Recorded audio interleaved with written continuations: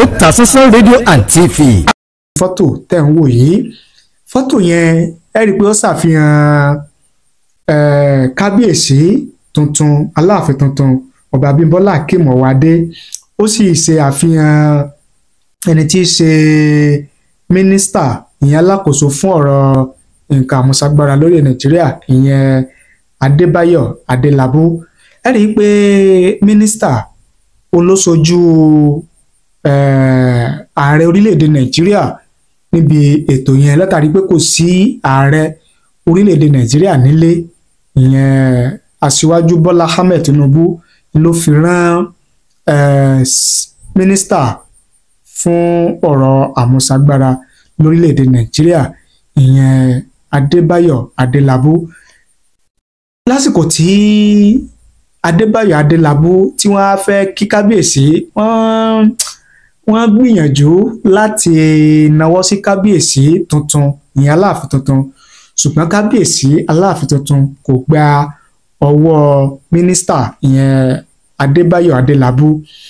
Fọ́tò yẹn ó ní àwọn èèyàn tí wọ́n ń fi oríṣiríṣi àti ìwòye tiwọn náà ti fi ń ṣọwọ́ lórí ẹ̀rọ ayélujára wípé àrífín ni bí mínísítà ó sì fẹ́ nawọ́ sí kábíyèsí tuntun aláàfin tìlú Ọ̀yọ́, wípé kò yẹ kí olóyè Adélabú Adébáyọ̀ kò yẹ kó nawọ́ sí kábíyèsí tuntun. Kí ni ìwòye tiyín, kí ni èrò tiyín, àti bí kábíyèsí bí ó ṣe gba ọwọ́ olóyè Adébáyọ̀ Adélabú? Ẹ fi èrò àti ìwòye tiyín ẹ fi ṣọwọ́ sí wa láàyè kọ́mẹ̀ntì nísàlẹ̀ fídíò yìí, á kà á sì ṣe àgbéyẹ̀wò rẹ̀.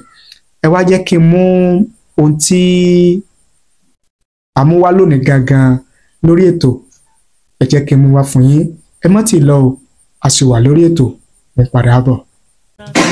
Otasansan rédíò and TV.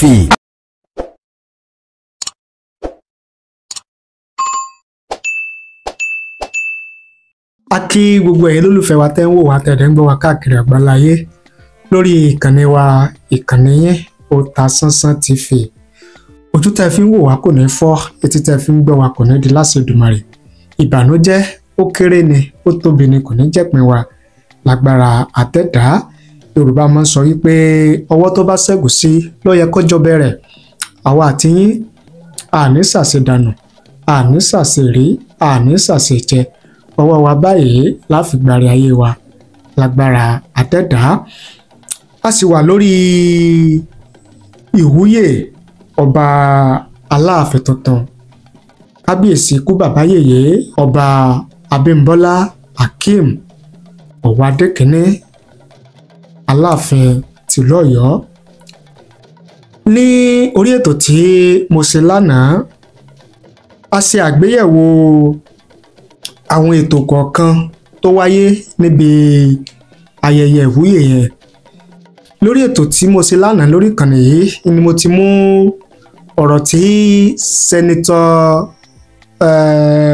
Sùmánù tí ó sọ níbi ayẹyẹ yẹn, mo mú wá fún yín, ìyẹn Mọ̀nsúrà Sùmánù, mo mú wá fún yín. Ọ̀rọ̀ tí gómìnà Olúwaṣèyí Mákindé, ọ̀rọ̀ tó sọ ní èdè Yorùbá, mo mú wá fún yín. Ọ̀rọ̀ tí kábíyèsí sọ ní èdè Yorùbá, mo mú wá fún yín. Tẹ́ bá gbàgbé, tẹ́ bá rántí.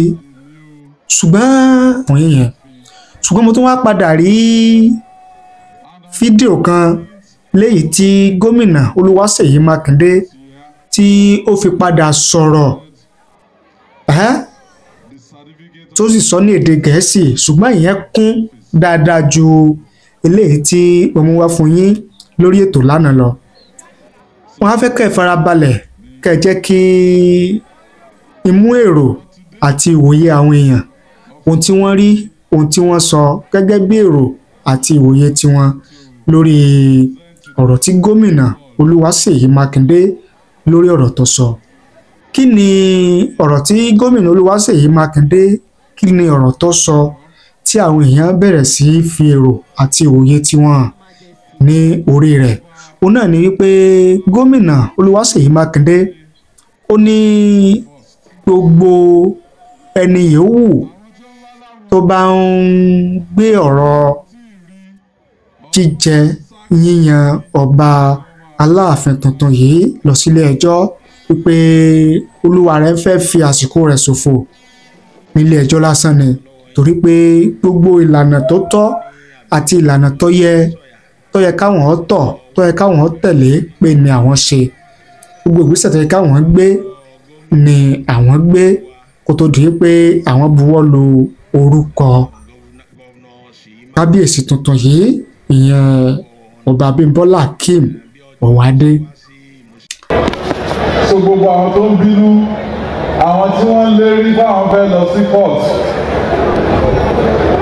kí wọ́n lọ bèrè lọ́wọ́ àwọn ará ìlú wa. After almost over 20 years, court removed Eleruwa. They went through the process again. The same person now looking to build as Eleruwa. So I don't know see court. Don't go there and waste your time, waste our time. Ọlọ́run ti yàn fún wa, Ifá fọwọ́ sí, Ọ̀yọ́ fọwọ́ sí, Ọ̀yọ́ State fọwọ́ sí, Ṣèyí Mákindé náà fọwọ́ sí. So on behalf of the Oyo State government, the sons and daughters of Oyo Ile and the good people of Oyo State, we wish His Imperial Majesty a long, peaceful, and successful reign. May Oyo Kingdom experience unrivaled development, peace, and tranquility during Kábíyèsí's reign. Kádé pẹ́ lórí, kí bàtà pẹ́ lẹ́sẹ̀. Ìgbà yín á tù wá lára o. Kábíyèsí o. Ọ̀rọ̀ tí gómìnà sọ yìí ó ní tí wàá fa àríwísí àti ìwòye láàrin àwọn ọmọ ìlú Ọ̀yọ́, àwọn ọmọ ilẹ̀ Yorùbá káàkiri àgbáláyé. Kí ni wọ́n ń wí, kí ni wọ́n ń sọ? Mo fẹ́ kẹ́ ẹ farabalẹ̀ kí n mú wá fún yín ká jọ gbọ́. Ọlọ́ba Wàsíù àwọn ní something that is believed to be true or real but that is actually false. An illusion is something that is not real. It may look real, but it is an actual fake. Nigeria is a colonial illusion. Gẹ́gẹ́ bí ọ̀rọ̀ Ọlọ́ba Wàsíù nìyẹn. Májọlágbé Adéọlá àwọn ní but Ṣèyí is not God, though he talk as if he's God.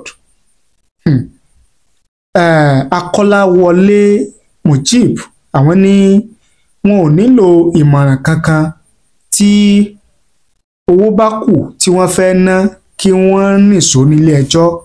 Agbẹjọ́rò tó nílò owó wà tí yóò bá wọn ná owó wọn. Gẹ́gẹ́ bí ọ̀rọ̀ Akọ́láwọlé Mujib nìyẹn, orí wọn tí ò pé ó máa tó pé gẹ́gẹ́ bí wọ́n ti sọ nìyẹn. Oyèlọ́lá Oyètúnjí Focus àwọn ní ọ̀rọ̀ jáde òkodo ọ̀rọ̀ tẹ̀lé kí Olúwa jẹ́ kí ìlú Ọ̀yọ́ máa tẹ̀síwájú. Gẹ́gẹ́ bí ọ̀rọ̀ Oyèlọ́lá Focus nìyẹn. Ṣẹ́gun Ọlábámigbé Godfavour àwọn ní wọ́n fẹ́ fi àkókò àti owó wọn ṣòfò ni. Azeez Jelil Adéwálé àwọn ní owó tí ẹ fẹ́ máa waste lórí ẹjọ́ ẹ kó lọ sí ilé àwọn ọmọ òrukàn. Aláàfin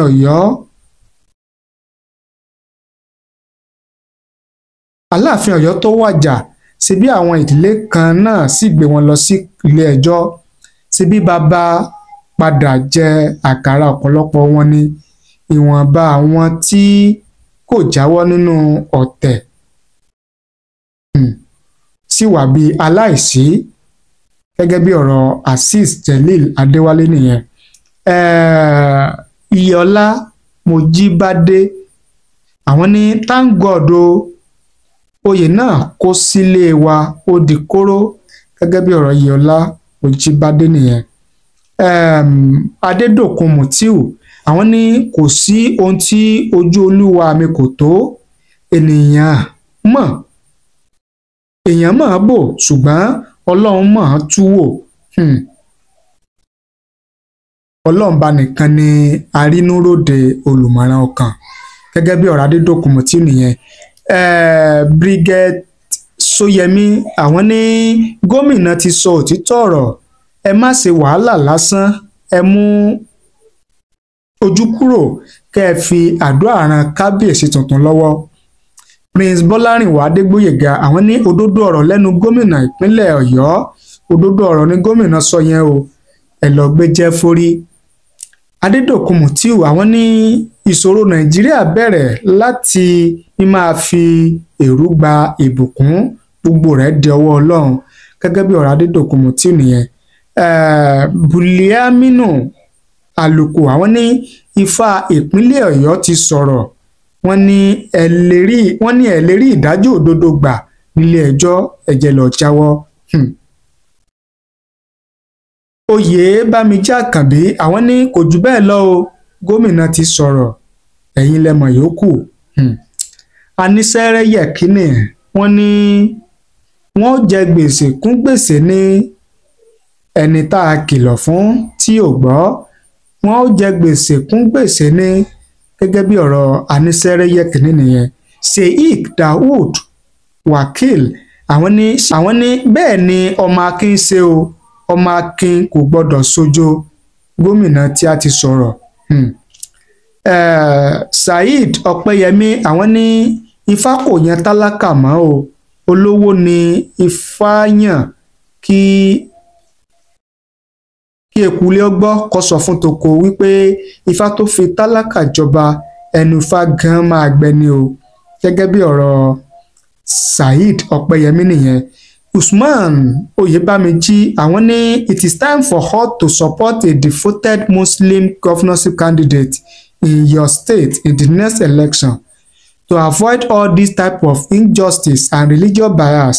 Muslim communities in Oyo State are suffer enough from Makinde's regime. Gẹ́gẹ́ bí ọ̀rọ̀ Usman Oyèbámíjí nìyẹn.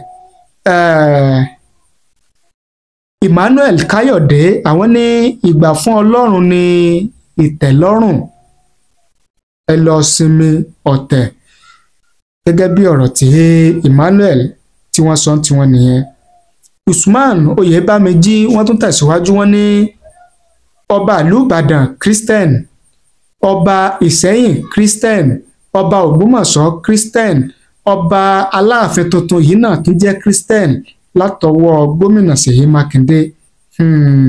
Ṣèyí well done, gẹ́gẹ́ bí wọ́n ṣe kọ́ tiwọn nìyẹn. Gẹ́gẹ́ bí èrò àti ìwòye àwọn èèyàn òun náà lẹ ti gbọ́ tí a mú wá fún yín yẹn lórí ọ̀rọ̀ tí gómìnà Olúwaṣèyí Mákindé tó sọ níbi ayẹyẹ ìwúyè ọba Aláàfin tuntun fún ìlú Ọ̀yọ́. Kí ni èrò àti ìwòye tiyín lórí ohun tí gómìnà Olúwaṣèyí Mákindé sọ yìí?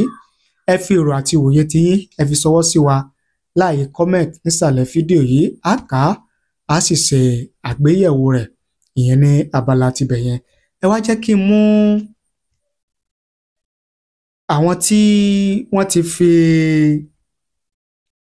ọ̀rọ̀ ìkíni kú oríire tiwọn tí wọ́n ti fi ṣọwọ́ sí wa láti kí kábíyèsí ọba Aláàfin tuntun ikú bàbá yèyé ọba Bímbọ́lá Akeem Ọ̀wádé kínní Ẹlẹ́wẹ̀ẹ́tù Aláàfin tìlú Ọ̀yọ́. Monsurat Adésínà wọ́n ní kábíyèsí o, kádé pẹ́ lórí kí bàtà pẹ́ lẹ́sẹ̀. Ọlátúnjí Adédèjì àwọn ní kábíyèsí Aláàfin Ọ̀yọ́ ọba Bímbọ́lá Akeem Ọ̀wádé ẹ kú oríire o. Gafar Olóko àwọn ní congratulations sir, ẹ pẹ́ lórí àpèrè. Azeez Arówósayé àwọn náà ní congratulations sir kábíyèsí. Abímbọ́lá Ògúnmọ́lá àwọn ní kábíyèsí o, adé á pẹ́ lórí, ìrùkàrẹ̀ á di ọ̀kìnni, ìgbà yín á tù wá lára láṣẹ Èdùmàrè. Adébáyọ̀ Kọ́láwọlé wọ́n ní kábíyèsí ẹ kú oríire o, ọba Èdùmàrè yóò bá yín ṣe ìjọba ìlú Ọ̀yọ́. Ọláyẹmí Àyànyẹmí àwọn ní congratulations sir kábíyèsí, ìgbà yẹn á tù wá lára o láṣẹ Èdùmàrè. Fátókí Olúwaṣeun wọ́n ní congratulations to you kábíyèsí Aláàfin Ọ̀wádé. Adéyẹmí Tajudeen àwọn ní congratulations sir kábíyèsí ikú bàbá yèyé ọba Akeem Àkànní Abímbọ́lá Ọ̀wádé ìlú Fẹ́mi lóyè wà. Adéníran Olúbùkọ́lá àwọn ní kábíyèsí o adé á pẹ́ lórí ìrùkẹ̀rẹ̀ á pẹ́ lọ́wọ́ bàtà á pẹ́ lẹ́sẹ̀ àṣẹ á pẹ́ lẹ́nu gẹ́gẹ́ bí Adéníran bí wọ́n ṣe fi ṣọwọ́ sí wa ní tiwọn nìyẹn. Ẹ̀yin náà sì láǹfààní láti fi ọ̀rọ̀ ìkíni kú oríire tiyín láti fi ṣọwọ́ sí wa ká bá yín kí kábíyèsí tuntun kú oríire. Tẹ́ bá ti wá fi ránṣẹ́ pẹ̀lú orúkọ yín ẹ jẹ́ ká mọ ibi tẹ́ ẹ ti fi ránṣẹ́. Tó bá jẹ́ pé orílẹ̀-èdè Nàìjíríà ni ẹ jẹ́ ká mọ ibi tẹ́ ẹ ti fi ránṣẹ́ lórílẹ̀-èdè Nàìjíríà. Ìlú wo lẹ ti fi ránṣẹ́, ìlú wo lẹ wà ẹ jẹ́ ká mọ̀. Tó bá jẹ́ pé orílẹ̀-èdè míì náà ni ẹ jẹ́ ká mọ orílẹ̀-èdè tí ẹ ti fi ọ̀rọ̀ ìkíni tiyín tẹ́ ẹ ti fi ránṣẹ́ sí kábíyèsí. Tó bá jẹ́ Canada ni ẹ jẹ́ ká mọ̀ wípé láti Canada o èmi lágbájá o a kí kábíyèsí kú oríire o. Tó bá jẹ́ pé láti Amẹ́ríkà ni èmi lágbájá láti orílẹ̀-èdè Amẹ́ríkà mo kí kábíyèsí o àti ọ̀rọ̀ tá a fẹ́ kọ síbẹ̀. Tó bá jẹ́ pé UK náà ni èmi lágbájá o mo kí kábíyèsí o láti orílẹ̀-èdè UK o kẹ́ẹ̀dẹ̀ fi ọ̀rọ̀ tí ẹ bá fẹ́ kọ kẹ́ẹ̀ fi ránṣẹ́ sí abẹ́ rẹ̀.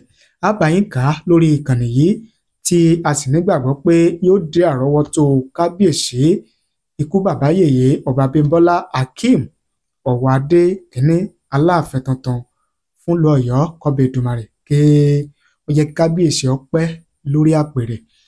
Ẹ ṣé bẹ́ẹ̀ ṣe ń wò wá, ẹ ṣé bẹ́ẹ̀ ṣe ń gbọ́ wá, ojú tẹ́ ẹ fi ń wò wá kò ní fọ́, etí tí ẹ fi ń gbọ́ wá kò ní di láṣẹ Èdùmàrè.